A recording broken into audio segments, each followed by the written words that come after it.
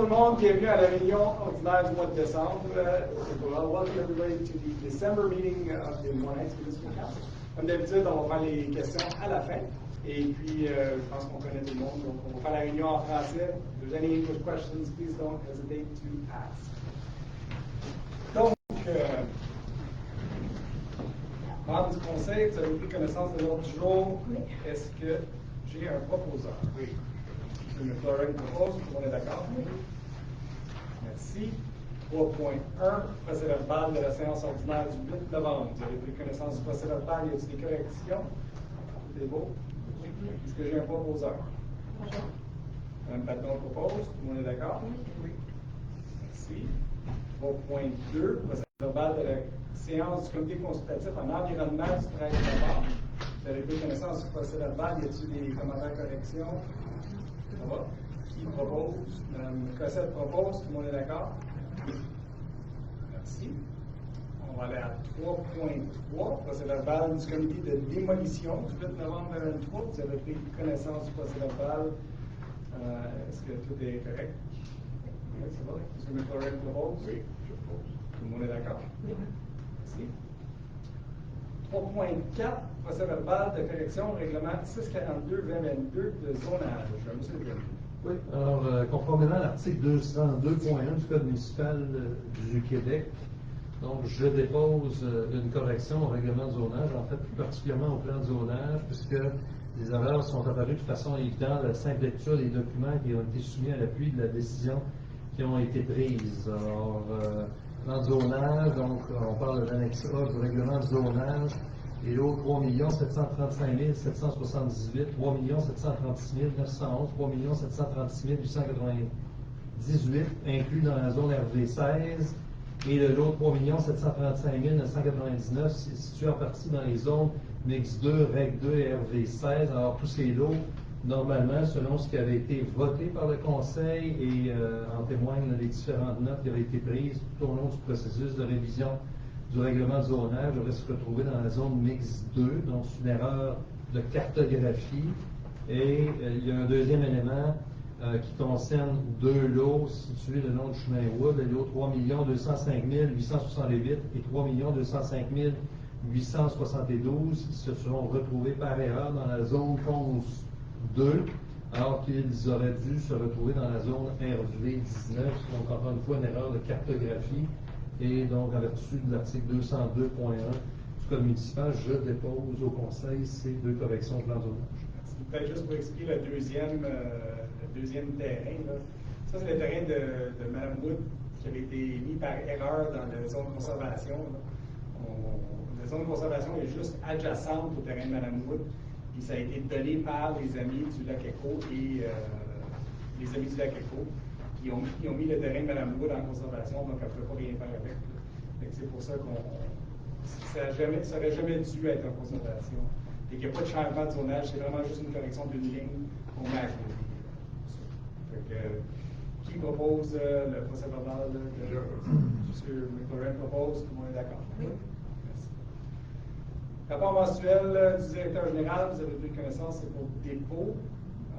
Si on va sur 4.2, rapport sur l'utilisation du pouvoir délégué, y a-t-il des questions? Non. Ça va? Rapport sur les transferts budgétaires. On a regardé ça, y a-t-il des questions? Non.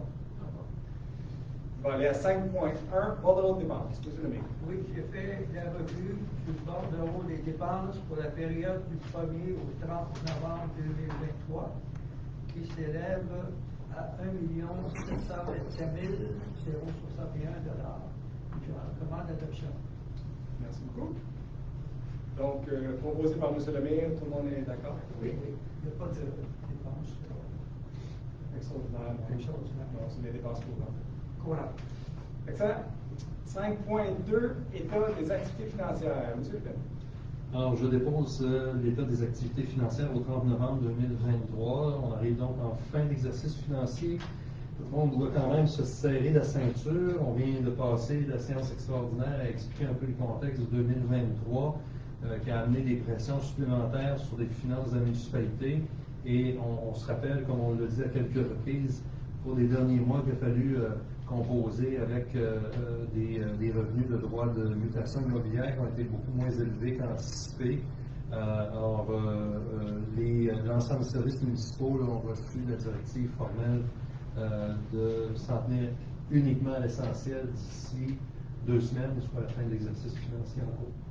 Comme M. Lépine l'a dit, on s'attend sur un léger surplus de 13 000 à la fin de l'exercice. On arrive à peu près. 5.4.1, adoption règlement 750-2023 sur les taxes, tarifs, frais de services et compensations pour l'exercice financier 2024. Monsieur. Alors, c'est en fait l'ensemble du régime de taxation des tarifs, l'ensemble des frais de services, des compensations qu'on retrouve pour l'exercice financier 2024 en fonction des orientations budgétaires que le Conseil vient de voter. Donc, ça comprend les taux de taxes, les tarifs pour les différents services publics, les services municipaux, les permis, etc. Donc, c'est le règlement annuel que l'on adopte. Merci beaucoup. Qui propose d'adopter le règlement sur les taxes? Mme Cossette propose. Tout le monde est d'accord? Oui. Pardon? Ah, excuse! Je regarde pas. Mme Patton, excuse-moi. Fait que tout le monde est d'accord quand même? Oui. 5.4.2, calendrier 2024 des séances du Conseil. Monsieur. Oui, alors, tel que cela est prévu, article 648 du Code municipal, le Conseil doit adopter à ce stade-ci de l'année le calendrier des activités des séances ordinaires du Conseil pour 2024. Alors, on propose de suivre le même calendrier que par les années passées, soit le 2e mercredi du mois, à l'exception du mois de janvier. Alors, 17 janvier, 14 février, 13 mars, 10 avril, 8 mai, 12 juin, 10 juillet, 14 août, 11 septembre, 9 octobre, 13 novembre et 11 décembre 2024. Qui propose l'adoption du calendrier? C'est Mme Cossette. Mme Cossette propose, tout le monde est d'accord? Merci. 5.4.3, dépôt de déclaration des intérêts pécuniaires des membres du Conseil. Les membres du Conseil ont tous déposé leurs intérêts pécuniaires, M. Lépine? Oui, alors, et je les dépose donc officiellement depuis l'article 357 de la loi sur les élections et les référendums dans les municipalités. Merci beaucoup. 5.4.4, nomination des maires CPR. Donc, si il m'arrive quelque chose, ça prend quelqu'un pour me remplacer. Donc, du 1er janvier au 28 février 2024, le maire CPR sera M. Gilles Saunier. Du 1er mars au 30 avril 2024, ça sera Mme Carole Macleod. Du 1er mai au 30 juin 2024, Mme Lee McLeod. Du 1er juillet au 31 août, M. Peter McLaurin. Du 1er septembre au 31 octobre, Mme Louise Cossette. Et du 1er novembre au 31 décembre 2024, M. Claude Lemire, qui propose le maire suppléant. Je le propose. M. McLaurin propose, tout le monde est d'accord? Merci. 5.4.5, adoption règlement 746-2023 sur l'éthique et la déontologie des employés municipaux. M. Lépine. Oui, alors, ce règlement vise à mettre à jour les règles d'éthique et de déontologie des employés municipaux et à donner suite aux modifications législatives adoptées par l'Assemblée nationale en 2021. Ainsi, ce règlement se veut une refonte du règlement en vigueur depuis 2012. Il met à jour les valeurs en s'inspirant de l'énoncé de vision stratégique 2020-2030 de la municipalité. Le règlement comporte des dispositions relatives à l'utilisation des ressources numériques, ce qui n'existait pas en 2012, à la confidentialité relativement aux renseignements personnels et aux communications d'informations privilégiées et à la divulgation d'actes répréhensibles. Il pourvoit également que les règles prescrites s'appliquent aussi lorsque l'employé est en télétravail, donc on vient s'ajuster à la nouvelle réalité. Il comporte les règles d'après-mandat qui sont prescrites par la loi pour tout le personnel cadre. Et enfin, il édicte des règles relatives à l'application des normes d'éthique et de déontologie qui y sont prévues. Qui propose l'adoption du règlement 746 sur l'éthique et la déontologie des employés municipaux? Propose. Mme Cossette propose. Tout le monde est d'accord? Merci.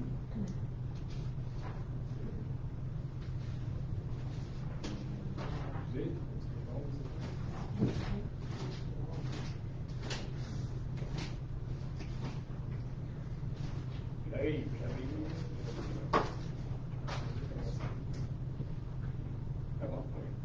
5.4.6, modification au budget de fonctionnement 2023 de la municipalité. M. Lépine.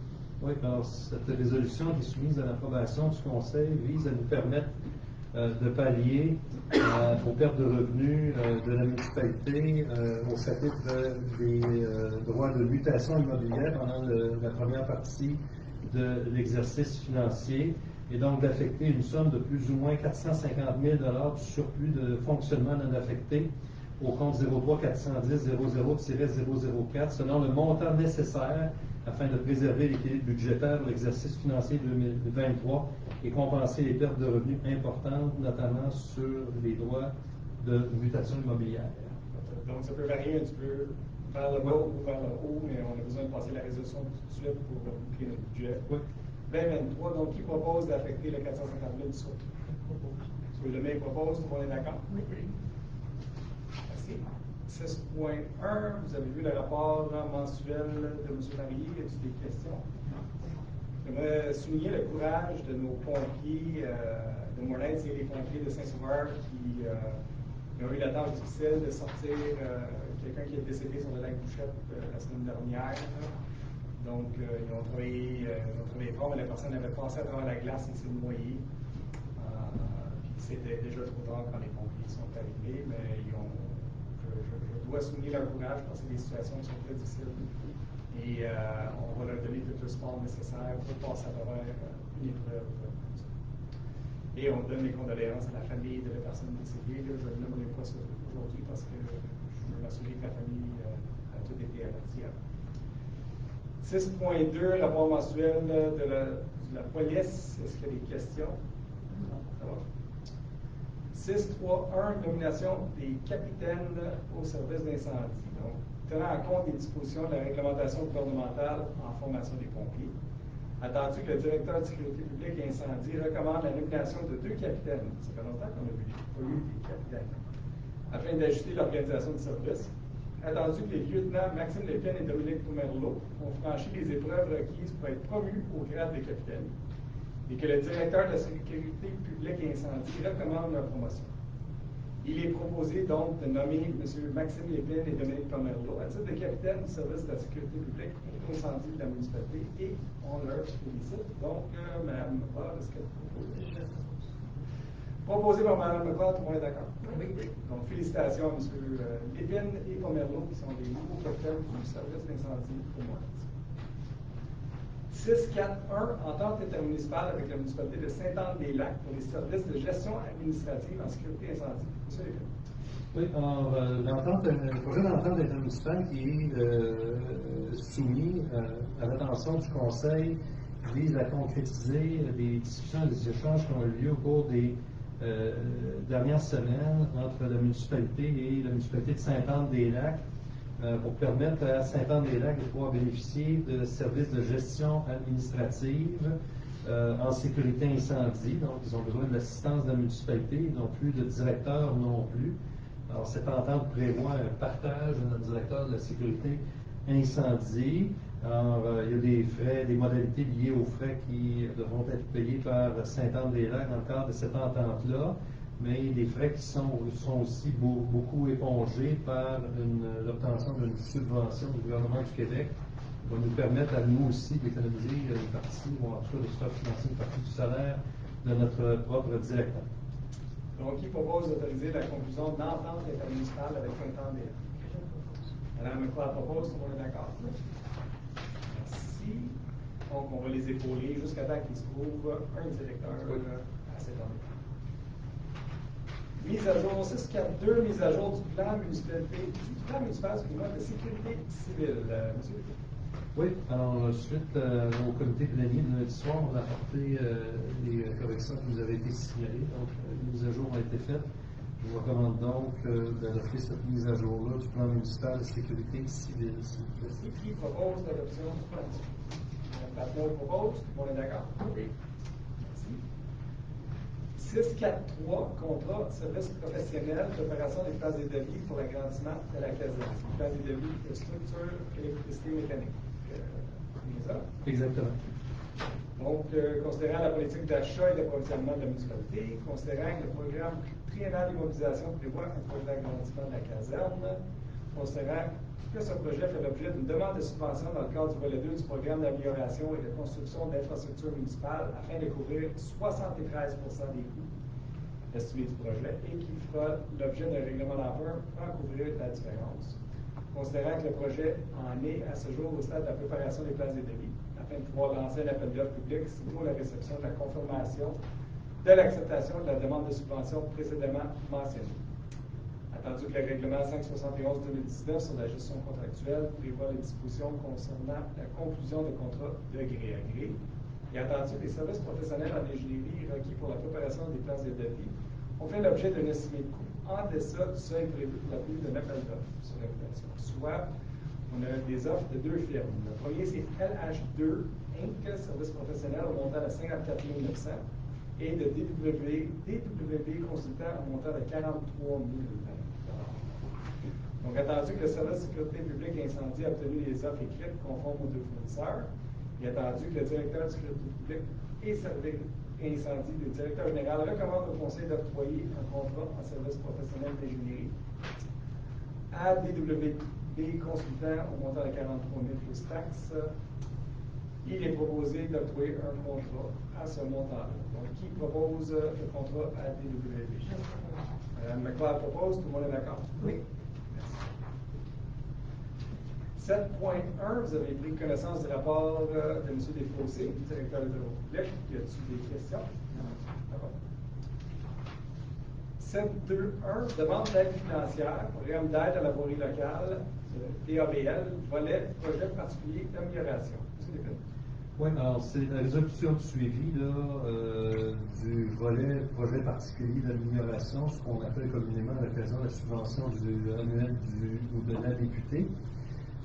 Et dans ce cas-ci, il est demandé au Conseil d'approuver les dépenses pour l'année 2023 qui ont été faites au montant de 20 364,85 $ pour des travaux d'amélioration, les frais inhérents admissibles, conformément aux exigences du ministère des Transports dans le cadre de ce programme.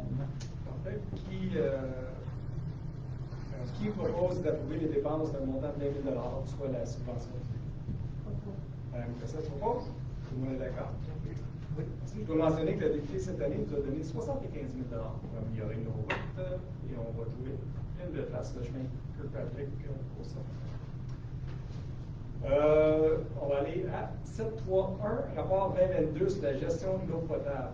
Donc, c'est au dépôt, monsieur le dépôt. Alors, allez-y, excusez. En fait, je le dépose et on recommande au Conseil d'approuver le rapport 2022 sur la gestion de l'eau potable de la municipalité, en mentionnant quand même l'excellente qualité du rapport qui a été soumis avec Absolument. Je voulais juste mentionner qu'il est déposé sur le site web de la ville, ce rapport-là. Oui. Donc, c'est un rapport, pour ceux qui suivent un peu les réunions du conseil municipal, vous savez qu'on a 5 réseaux d'aqueducs différents et chaque réseau doit faire l'objet d'une analyse et d'un rapport. M. Jackson le sait très bien, il l'a fait à plusieurs reprises. Donc, c'est très bien, ça détermine les quantités de fuite qu'on a sur les réseaux, la qualité de l'eau potable, les différentes problématiques qu'on a eues. C'est très intéressant de lecture si vous avez du temps sur le site web. Et j'ai besoin d'un proposeur pour l'accepter. Mme Patlon le propose, on est d'accord? Oui. Merci. 7.4, on dépose au Conseil le rapport sur le traitement des demandes et requêtes. Est-ce qu'il y a des questions?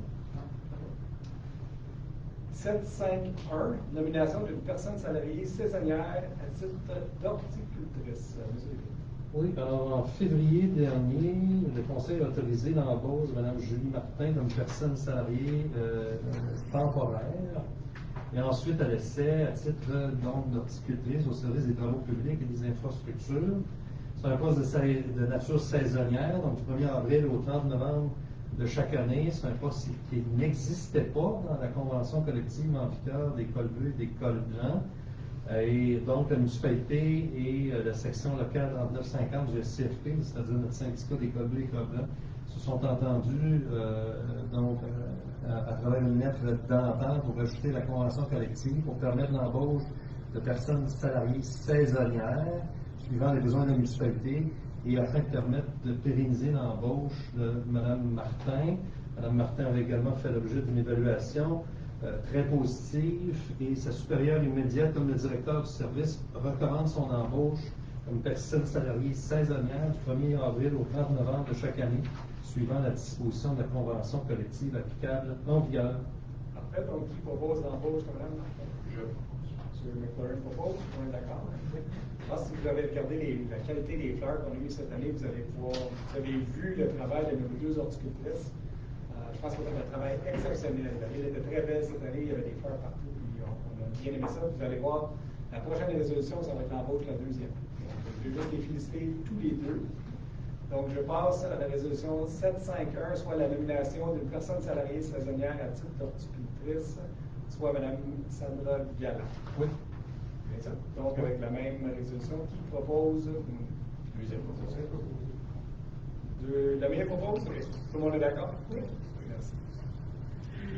761, adoption règlement 749-2023, modifiant le règlement 192-2020 pour voyer au financement de la réfection d'une partie du chemin Watchorn et décrétant un emprunt en conséquence afin d'y affecter certains sols disponibles provenant d'autres règlements d'emprunt. Ça, on a fait l'avis de motion le mois passé. Oui, exact.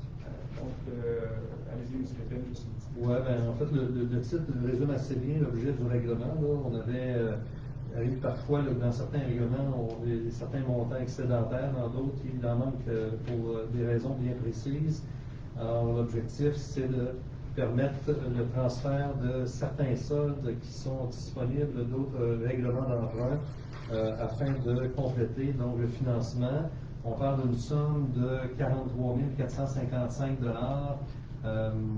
donc qui était en solde dans le règlement 617-2021, puis pour voyer au financement de travaux de voirie pour l'aménagement de la voie d'accès, d'une voie d'accès, et également le règlement 636-2022.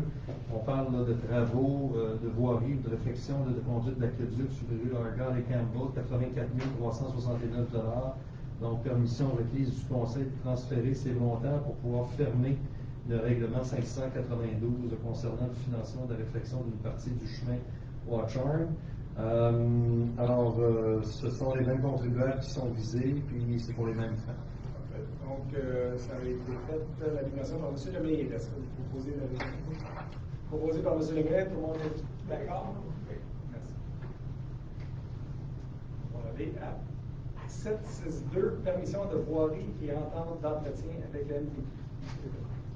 Alors, il s'agit ici de la résolution annuelle, tel que c'est prévu dans la loi sur la voirie. Processus là, qui nous permet à l'occasion et au besoin de faire des travaux dans l'emprise qui est sous gestion du ministère des Transports du Québec, essentiellement le long des routes 329 et 364. Je propose de demander au ministère la permission de voirie. Donc, ça propose, tout le monde est d'accord? Oui. Merci. 763, modification au règlement 744-2023, modifiant le règlement 668-2023 pour voyer au financement des travaux de voirie 2023 et décrétant un emprunt en conséquence. Monsieur le Président. Oui. Alors ici, après moult de discussions avec les fonctionnaires du ministère des Affaires municipales du Québec, nous avons convenu que pour permettre de fermer le dossier de notre règlement d'emprunt pour les travaux de voirie 2023 et finalement obtenir l'approbation du ministre, donc pour l'inclusion du volet de la rue Bennett subventionné par le PAVL dans le règlement d'emprunt. Ma recommandation est faite au Conseil d'adopter cette résolution-là qui, de l'avis des fonctionnaires du ministère, devrait conduire à l'approbation définitive du règlement d'emprunt des travaux de voirie 2023. Combien de temps ça a pris, M. Lépine? 6 mois. Qui propose de modifier la règle? Mme Patnaud propose, tout le monde est d'accord? Merci. Et ça, en diminuant les redditions de compte. Oui, c'est ça, l'allègement réglementaire. 8.1, rapport mensuel du directeur d'urbanisme par intérim. Vous avez pris connaissance du rapport de M. Royer. Y a-t-il des questions? 8.2, rapport sur les permis et certificats. Donc, pour les services d'urbanisme, il y a eu 59 maisons faites cette année. 37 plus 19. 37 plus 9, 47. 54. Environ 54 maisons neuves à Moorhead cette année, qui est beaucoup moins que ce qu'on a eu durant la COVID. On n'a pas reçu dans le rapport de la SPCA, donc on va aller à 9.1, rapport mensuel de la directrice des loisirs. Vous avez pris connaissance du rapport de Mme Gauthier. Y a-t-il des questions? Non. 9.3.1, dépôt rapport de consultation publique sur le règlement 747-2023 sur la citation de la chapelle Hillside au patrimoine culturel local. Oui, alors je dépose un rapport de consultation publique qui s'est tenu le 4 décembre dernier au Chalet Bellevue concernant le règlement sur la citation de la chapelle Hillside au patrimoine culturel local. Donc, une dizaine de personnes qui ont participé à la consultation. Je n'ai pas de remarque particulière à faire à ce stade-ci, c'est ce qui va nous conduire à les thèmes suivants. Le thème suivant étant l'adoption du règlement 747-2023 sur la citation de la chapelle Hillside au patrimoine culturel local. Monsieur le Oui, alors, ce règlement cite l'immeuble connu comme étant la chapelle Hillside ou le Wesleyan Church of Canada in Moorhead Heights au patrimoine culturel local conformément à la loi sur le patrimoine culturel. Il définit les motifs de la citation et prévoit certaines dispositions obligatoires pour assurer la conservation de l'immeuble visé. Il édicte la procédure d'émission de permis et de certificats le concernant et prévoit les infractions, sanctions et amendes en cas de non-respect du règlement. Parfait. Donc, qui propose la citation? M. McLaurin propose. Tout le monde est d'accord? Oui. Merci. Donc, une autre étape pour protéger la chapelle Hillside à Moorhead. Je pense que c'est un beau règlement, puis je pense que ce n'est pas le dernier qu'on va faire avec le comité patrimoine qui travaille très fort, je dois dire. On a des membres exceptionnels, puis on fait un travail exceptionnel. Donc, on est bien content de les avoir et on va continuer le travail à cet effet. Je vais aller à 961, embauche de la saison hivernale 2023-2024. Donc, normalement, M. Saunier a divulgué son intérêt, mais il est malade aujourd'hui, donc il ne sera pas là. Donc, M. Lévin. Oui. Alors, l'embauche d'employés pour la saison hivernale, donc on parle de période saisonnière pour l'hiver 2023-2024. On parle d'autoriser donc l'embauche pour la saison de Mme Sylvia Fendel, M. Normand Bouillon, Mme Élise Paquin, Mme Monique Roy, M. Normand Forget, Mme Stéphanie Renaud, donc des gens que l'on connaît qui reviennent à nouveau cette année. Autoriser également l'embauche de la pariteur, Geneviève Pépin, Thomas Perron, Carole Guglielmo. Alors, ça, ce sont des postes évidemment temporaires dans ce cas-ci. Et le retour également de M. Nesbitt, qui est à l'emploi de la municipalité depuis de nombreuses années. Merci beaucoup. Qui propose l'embauche des employés de saison? M. McLaurin propose, tout le monde est d'accord avec ça? Merci. 971, appui à la création d'une aire protégée sur les terres publiques du parc des Bouleaux. Donc, attendu que le conseil municipal a adopté un nouveau plan d'urbanisme qui est entré en vigueur le 26 février 2023, attendu que ce nouveau plan d'urbanisme établit l'objectif de protéger 30 du territoire d'ici 2030, considérant que le Conseil a adopté une politique environnementale le 9 septembre 2020 dans la résolution 290-0920, attendu que l'Institut des territoires, sur mandat de la municipalité, a réalisé une étude de caractérisation environnementale du territoire qui a été déposée au Conseil le 20 septembre 2023 et qui sera affichée sur le site web début 2024. Considérant que le service des loisirs, de la culture et de la vie communautaire a entrepris des démarches visant à protéger le site des terres publiques, connu sous le nom du Parc des Bouleaux, et de l'exclure de toute possibilité d'exploitation industrielle ou commerciale future. Tenant compte des dispositions de la loi sur la conservation du patrimoine naturel, attendu que la municipalité s'est associée les services et la collaboration de l'organisme Éco-Corridor Laurentien afin de mener à bien cette démarche. Considérant que le Parc des Bouleaux constitue un noyau d'intérêt de conservation, il est proposé de confirmer l'appui de la municipalité au projet de création d'une aire naturelle protégée sur les terres publiques situées sur le territoire de la municipalité et connu comme étant le Parc des Bouleaux. Qui propose? Mme Cossette propose. Vous êtes d'accord? Oui. Merci beaucoup. Membres du Conseil, vous avez pris connaissance des lettres reçues et envoyées par la municipalité. Y a-t-il des questions? 12.1, on a déjà, je vais le faire officiellement, une motion de félicitations, j'espère qu'on va pouvoir le faire unanime, à Mme Charlotte Panopalis, qui, donc attendu que Mme Charlotte Panopalis, étudiante en 5e année de l'École primaire de Mornay, récipiendaire du premier prix d'un concours de dessin organisé par l'organisme Le Bûcher Collectif. Il est unanimement résolu de féliciter Mme Charlotte pour avoir réalisé le dessin gagnant. Vous l'avez tous vu, mais on ne voulait pas lui faire subir la réunion du conseil. Donc, félicitations, Mme Charlotte. Et 12.2, motion de félicitations et remerciements pour la Guignolée 2023, attendu que la Guignolée du garde-manger du Pays d'en haut s'est tenue le samedi 9 décembre dernier à Mornay.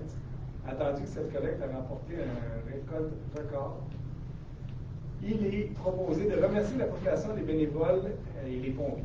Je dois dire, les pompiers ont ramassé un montant, Mme McLeod, de combien cette année? 11 651 $ pour aider les gens dans le besoin. C'est le record pour nous autres ici à Mornay. Donc, félicitations aux pompiers, félicitations à tous les bénévoles. Mme Monique, qui organise la guignolée ici. Monique Lille. Donc, merci à Monique. Et j'espère que vous allez participer en grand nombre à la guignolée parce que le garde-manger des Pays d'en haut est un organisme essentiel ici, pas juste pour Mornay, mais pour l'ensemble des municipalités de la MRC. Peut-être, avant de faire les vœux de Noël, j'ai vu aujourd'hui qu'il y a un citoyen que beaucoup de monde connaissent à Mornay qui est malade. Son nom, c'est Ron Golfman. Et c'est un citoyen de longue date ici. Il écrit un article tous les mois dans le journal Main Street. Et il a annoncé dans l'article qu'il était malade. Je n'annonce rien qui n'a pas déjà été annoncé. J'aimerais juste qu'on apporte une petite pensée à M. Golfman pour un bon rétablissement. Puis on espère qu'il va être de retour à la normale en 2020. Donc, sur ce, j'aimerais vous souhaiter, on va faire la période de questions, mais peut-être avant, j'aimerais vous souhaiter à tous et à toutes vos familles un joyeux Noël, joyeuse fête, reposez-vous bien, puis venez jouer dehors chez nous parce que Mornay est fait pour ça. So, Merry Christmas, everyone. Happy holidays to everybody, and come to Mornay, come play outside, because that's what we're about. So, thank you, everybody. On va aller à la période de questions. Donc, comme d'habitude, je vais vous nommer, puis on va essayer de répondre à vos questions le mieux qu'on peut. M. Jackson. Yes, I'm really happy to see support for the creation of protected area and public land project below. Can you just expand on that a little bit? Actually, Mme Cossette was the initiator of this project. We're trying to make sure that there are no more forestry cuts on Parc des Bouleaux, since we have put trails all over the place in there, and we want to protect them the best we can. So it's the first step with the Crocodile Ancien SNAP. On a déposé à la SNAP pour avoir des sous. La Société pour la protection, qui peuvent donner des sous pour aller de l'avant avec la protection pour une aire protégée, pour développer une aire protégée au Parc des Bouleaux. Puis on va demander l'appui de toutes les autres municipalités de la MRC, parce qu'on sait que l'enjeu là-dedans, c'est le ministère de la Foresterie, qui veulent toujours garder les droits de coupe sur tous les terres publics. Mais de plus en plus, quand on s'en vient vers les zones peuplées, ça n'a plus de bon sens. C'est ça. Surtout dans des forêts que les gens utilisent comme endroits récréatifs depuis des années. Donc, on veut pérenniser ça pour s'assurer que la menace de coupe forestière ne soit plus applicable dans la partie. C'est ça. Félicitations pour cet enjeu et comme le président de la SOPAR, vous avez notre appui 100%. Et si on peut assister dans l'application, on est là. Merci. C'est une magnifique initiative. Merci. C'est le début d'un long processus. Oui. Bon. C'est le début. Excellent. D'autres questions? What were you saying about Ron Golfman? Ron Golfman announced in the paper that he's sick. Oh. And I was just wishing him well and hoping that he gets better in 2020. Oh, okay. Right. D'autres questions? Yeah, sure, go ahead. Where are the bees in Lauren Heights? I can't tell you, that's a secret. Oh, okay. Well, some of the bees were back here where they're doing the construction of the old age home. And now they're going to be put up at Castelman. Oh, okay. Excellent. So can I ask some more questions? Sure, go ahead. The two new horticulturists, are they the ones that have been doing the plants the last 2 years? Actually, 1 year. They've only been with us for 1 year. Okay, But yes, the same ones as this year. okay. I liked the idea of the previous horticulturists who were doing edibles, useful and beautiful plants. And the divider in the highway didn't seem like it was up and running with plants. It was. We used to have roses, but they were really a pain to try and weed. Yeah. And every time we had to go, you have to block a lane. So the plants that they put there were like zero maintenance plants. Okay. In fact, they were kind of small. I think they're going to try and do better next year. But Okay. we're trying to put zero maintenance there because it costs a lot of money every time we have to close the lane Yeah. to, Okay. to weed the plants. Zero maintenance is good. Yes. D'autres questions? Est-ce que vous pourriez un peu traduire, résumer la dernière conversation? Oui, absolument. absolument. Elle nous a demandé si les horticultrices étaient les mêmes que l'année passée. Vous l'avez posé oui. Elle nous a demandé si les plantes. M. Saunier, dans le temps, il faisait des plantes qu'on peut manger comestibles. Et elle se demandait si on pouvait continuer ce trend-là. Je pense que oui, ça serait quelque chose de bien intéressant. Je pense qu'il faisait à côté de la garderie, puis je sais pas. À l'école, c'est déjà le cas. Ils l'ont déjà fait. Oui, la Société Tournant Vert font ça. C'est pas la Bible, mais c'est Tournant Vert. À l'école. Fait que je pense que nos horticultrices, souvent, ils écoutent les réunions, fait qu'on va faire le message. Et la dernière chose, c'est qu'elle trouvait que elle se posait la question si les plantes dans le centre de la 304 avaient eu la chance maintenant d'atteindre leur maturité, parce qu'avant, on avait des roses, puis c'était quand même gros. Mais au niveau de l'entretien, c'était pénible parce que, un, c'est désherber les rosiers, ça fait mal. Puis deux, il faut fermer des voies complètes à chaque fois qu'on désherbe. Donc, ce qu'ils ont trouvé, c'est des plantes qui ont besoin de zéro entretien. Donc, on n'a pas eu besoin de désherber l'été au complet. Là, on les a mis une fois, on les a juste couverts à la fin de l'été. Puis je pense que c'est des masses. C'était-tu des graminées? Non, pas partout. Il y avait des graminées qu'on avait laissées là, des rosiers, mais les autres, je ne sais pas c'est quelle sorte de plante, je suis loin d'être expert. Fait que non, c'était ça l'ampleur de. D'autres questions? Ben, merci tout le monde. Puis, oui, merci. Rapidement, on vous a mentionné, le Montréal, vous avez invité les gens à venir à Montréal jouer dehors. James a parlé de visiter le parc des Boulots, c'est fantastique, ce qu'il fait, mais j'aimerais savoir si, au même titre que le comité consultatif en environnement qui a été créé il y a quelques années, est-ce qu'un jour, il va y avoir à Montréal un comité de citoyens qui est impliqué dans les sentiers? J'ai déjà posé la question en passé, on m'a dit qu'il y en avait un, mais je ne pense pas qu'il est actif, on ne sait pas c'est qui. Si on regarde le site web de la municipalité, le comité consultatif en environnement, il y a vraiment beaucoup de visibilité, il y a des objectifs, des choses comme ça. Et je pense que ce qui rallie beaucoup les gens à Montréal, c'est vraiment les sentiers. Ben, je crois, je ne sais pas si c'est la majorité, mais quand on arrive à Montréal, on a quand même une pancarte qui Montréal est autoproclamé la capitale du ski-sport. Mais là, c'est ça. Ma question, c'est est-ce que c'est des organismes comme la SCOPER qui sont en charge non, de. C'est des employés municipaux. C'est Daniel Champonneau qui est même responsable de plein air. Non, je sais. Mais au niveau des résidents, des citoyens, des gens qui veulent s'impliquer, qui veulent avoir une voix, qui veulent se faire entendre, au comité consultatif en environnement, il y a quatre personnes, des citoyens qui siègent. Au niveau des sentiers du développement et de la préservation, puis de l'entretien à long terme. Parce que là, il y a beaucoup de choses qui peuvent se faire, puis il y a beaucoup de gens qui peuvent s'impliquer, mais c'est comment ça va être chapeauté? Est-ce que c'est du cas par cas pour chacun des petits projets, puis c'est Daniel qui chapeaute, ou il y a vraiment une volonté? Présentement, il n'y a pas de comité sur les sentiers. On n'a pas eu vraiment on ne voyait pas pour l'instant la nécessité de ça, puisque c'est pas comme un organisme bénévole. Nous autres, on a des employés qui travaillent à temps plein dans l'organisation, l'entretien, la planification des sentiers. Si des gens ils ont des commentaires, ben, gênez-vous pas d'aller parler avec Daniel, il est très approchable. Puis si vous avez des idées, vous pouvez toujours lui transmettre également. Et moi, personnellement, je le sais, je travaille beaucoup avec Daniel, mais j'entends beaucoup de gens, les sentiers sont en grande majorité sur des terrains privés. Ces gens-là, ils ont un droit s'ils veulent passer des idées ou avoir des questions, du cas par cas, en tout cas, je ne sais pas. Ben, moi, je pense que tout il faut qu'il transite par Daniel. C'est la meilleure chose, il faut avoir un canal d'information. Daniel, c'est vraiment le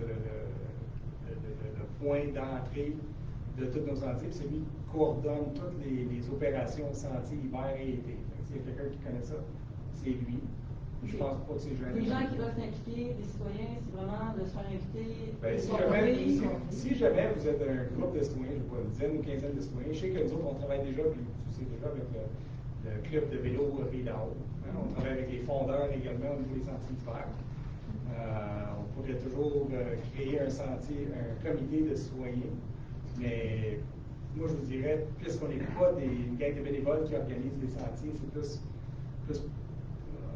des employés qui s'occupent de ces tâches-là, mais je ne veux pas décourager les citoyens de s'impliquer. Au contraire, on veut qu'ils s'impliquent, on veut qu'ils viennent durant les corvées.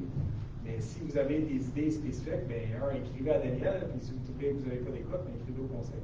Mais c'est juste, si jamais, mettons, je comprends que c'est organisé avec des employés avec les Daniel, mais il me semble qu'il devrait avoir un petit peu plus de visibilité de c'est quoi le développement qui se passe au niveau des sentiers, autant que le comité environnement qui dit que 100% du papier de la ville doit être recyclé. Ben, je pense que les enjeux et les objectifs de développement des sentiers à Montréal devraient aussi être peut-être élaborés, comme les boulots, c'est là, ça vient d'arriver, je ne sais pas, peut-être qu'il y en avait qui le savaient. James est surpris et content. Ça vient en partie dans le comité environnement. Oui. De toute façon, il faut un plan directeur des parcs. Je pense qu'on va établir exactement où est-ce qu'on est, où est-ce qu'on veut aller. On mettra ça public et on va faire une consultation en même temps. Ça va être quelque chose comme ça. Mais... C'est sûr que ça serait intéressant pour... OK. C'est bien entendu. J'aimerais peut-être dire aux gens qu'on a un nouveau portail citoyen sur le site web de la municipalité. Ouais. Alors, ce serait intéressant d'aller vous inscrire sur le portail citoyen parce que c'est pour vous. Et puis, dans ce portail citoyen-là, il y a les grands projets. Donc, on explique les grands projets. Et puis, vous pouvez donner vos commentaires. Il va y avoir il y a un onglet sondage. Donc, on va mettre le sondage éventuellement pour le domaine des sondages. Et c'est ça, donc ça serait intéressant d'aller, c'est un nouvel outil qui vient juste d'être mis en place, ça fait une semaine. Puis tu sais, ça peut passer par là, au niveau du plein air, peut-être qu'à un moment donné, il y aura quelque chose au niveau du plein air, et puis si les citoyens le demandent. C'est un bel outil de communication. Exactement, exactement. Oui. Si vous pouvez arrêter, M. Maire. Juste pour parler un peu avec madame, je ne sais pas dans quel coin elle habite, Jackson. dans quel secteur. Parce que nous, dans notre coin, on s'est organisé un petit comité local informel parce qu'on voulait des sentiers des conserver. Je peux trouver, il y en a plusieurs comme ça, des petits comités, mais je trouve qu'au niveau de... Non, mais toutes les têtes dirigeantes de chacun de ces petits comités-là, on est juste un petit village. Ça peut pas travailler ensemble, mais là, chacun passe par la ville. On peut travailler ensemble. C'est ça que ça fait. Ah oui, OK, ben, on vous laissera jaser de ça après la réunion. Pardon? On vous laisser jaser de ça avec Mme Simon après la réunion. Ah, ça peut oui. D'autres questions pour la réunion de ce soir? Further to my suggestion at the last council meeting about washing watercraft and proposing a bylaw to require mandatory washing of watercraft as well as not moving water from one area to another. The Quebec government, as you know, mandates municipalities to protect watercourses. And you mentioned that all the lakes were public and that you couldn't do, or privacy, excuse me, that you couldn't do anything about. Well, no, there's no construction allowed within 15 meters of a watercourse, which is mandated by the Quebec government, but enforced by the municipality. Yes. And that does not designate public versus private. No, but I know if we have no land that borders the lake, how are you going to control people to watch the boats? You're going to do it on private land? Well, you enforce all your regulations just like you enforce the regulations that exist. No, but I mean on public lakes, when people have public access to lakes, there's one place where people go and they wash their boats and then they have access to the lake.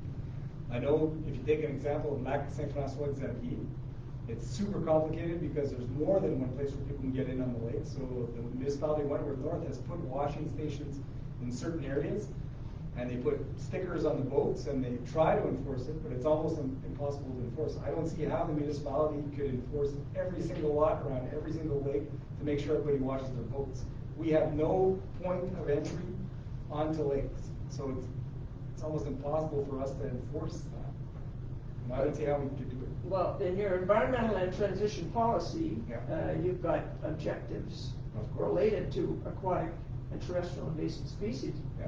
And for your action, you've got control of exotic and invasive species, and also providing information on the importance of washing watercraft. And that we do. And also, in a separate section under biodiversity, avoid pumping water from rivers for spreading on the roads. Right.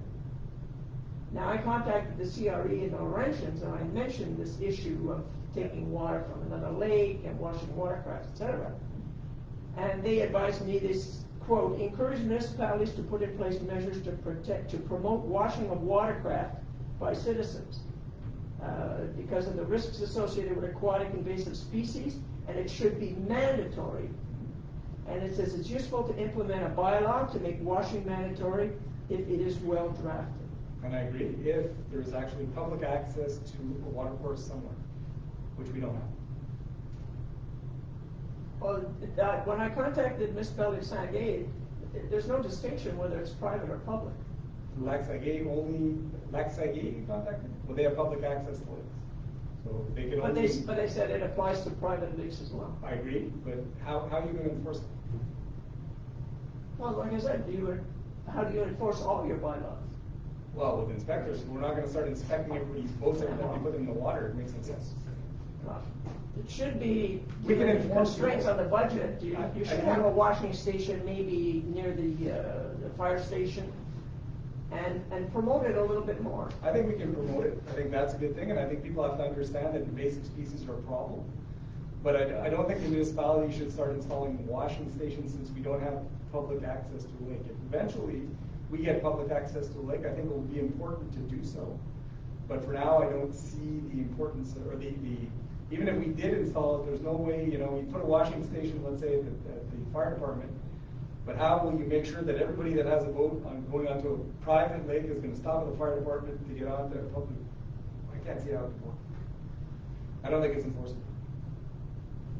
Well, But the people should know that it's important to do it, Yeah. and should know that they need to be at 30 feet from the water, and the basics, the people should know that they should do it themselves on their property. Exactly. But, C'est ça. Donc, on peut les informer tout à fait.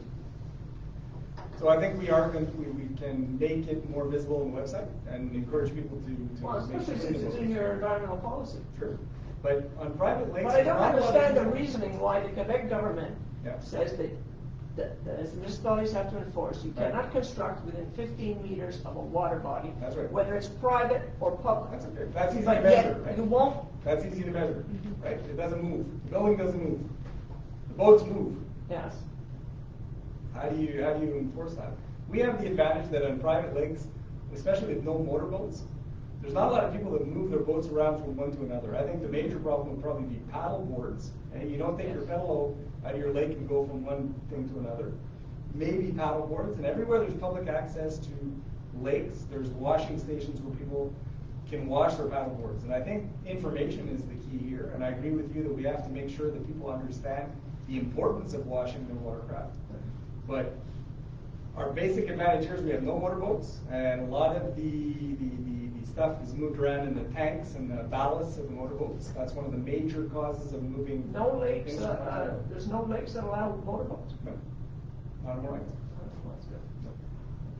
Well, perhaps working with lake associations. Sure, and we have our meeting every year, and we try to inform them the best we can. All right. Okay. Okay, I tried anyway. Donc, s'il n'y a pas d'autres questions, je vous souhaite encore des joyeuses fêtes, Merry Christmas, and spend time with your family and have a good holiday. Philomène, est-ce que pour 2023? Oui, on lève l'Assemblée. Merci beaucoup et bonne joyeuse fête.